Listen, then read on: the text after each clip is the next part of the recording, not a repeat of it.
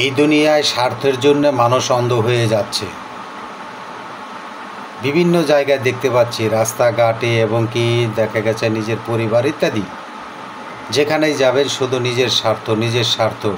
আরে ভাই, এই দুনিয়ায় আপনার নিজের স্বার্থ যতই দেখেন, হয়তো আপনার অর্থ আধিপত্য তৈরি করতে চান, আপনার ক্ষমতার প্রভাব খাটাইতে চান, কিন্তু এই ক্ষমতার প্রভাবটি কিন্তু ক্ষণিকের জন্য, এই কথাটা মনে রাখতে হবে।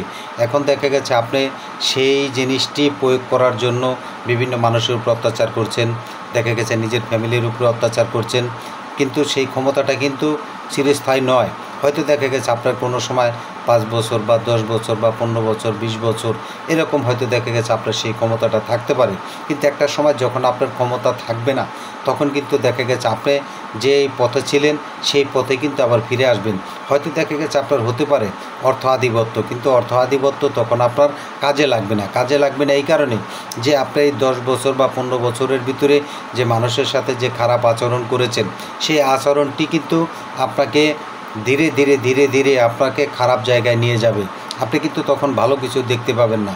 আর যদি দেখা গেছে ক্ষমতা থাকাকালীনও যদি আপনার প্রত্যেকটা মানুষের সাথে ভালো আচরণ করে থাকেন, ভালো ব্যবহার করে থাকেন, তাহলে কিন্তু দেখা গেছে প্রত্যেকটা মানুষই কিন্তু ওই যে আপনার ক্ষমতা যখন চলে যাবে, তখন কিন্তু এই মানুষগুলি আপনাকে ভালোবাসবে।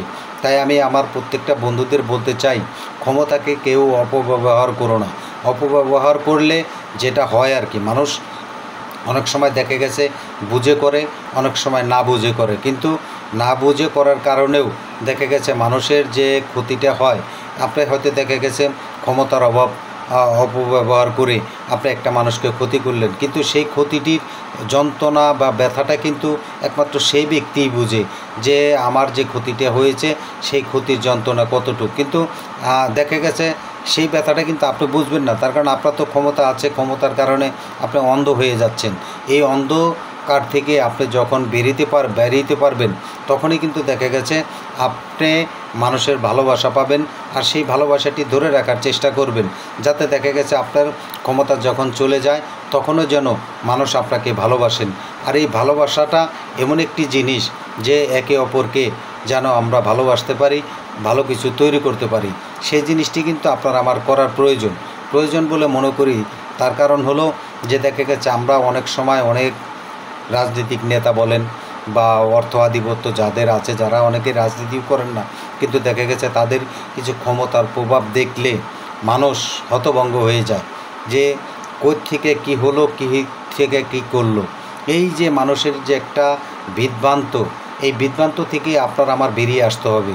যখন আমি বেরিয়ে আসতে পারবো, তখনই কিন্তু দেখা গেছে মানুষের প্রতি জায়গায় একটা সিম্পিতি ছিল, কিন্তু সেই সিম্পিতি মানে ভালোবাসাটা বজায় থাকবে। কিন্তু আমরা এখন বর্তমানের জামানায় যেটা দেখতে পাচ্ছি, সেটা কিন্তু আমরা কারো সাথে দেখছি না। আর দেখছি না বিধেই কিন্তু দেখা গেছে আমরা কিন্তু প্রতিনিয়ত হয়তো দেখা গেছে কারো না কারো মাধ্যমে আমরা ক্ষতিগ্রস্ত হচ্ছি, অত্যাচারিত হচ্ছি। এই যে মানুষের ক্ষমতার অপব্যবহার করে একজন আরেকজনকে ক্ষতি করছেন, এই ক্ষতিটা দেখা গেছে হয়তো আপনি করছেন, আপনার ক্ষমতা আছে আপনি করছেন, কিন্তু যখন আপনার ক্ষমতাটা না থাকবে, তখন কিন্তু সেটার যে পায়চিত্য আপনার কিন্তু করতে হবে। এই কথাটা মনে রেখে সবাই ক্ষমতাকে ধরে রাখার চেষ্টা করুন, মানুষের সাথে ভালো ব্যবহার করার চেষ্টা করুন। সবাইকে ধন্যবাদ। আসসালামু আলাইকুম।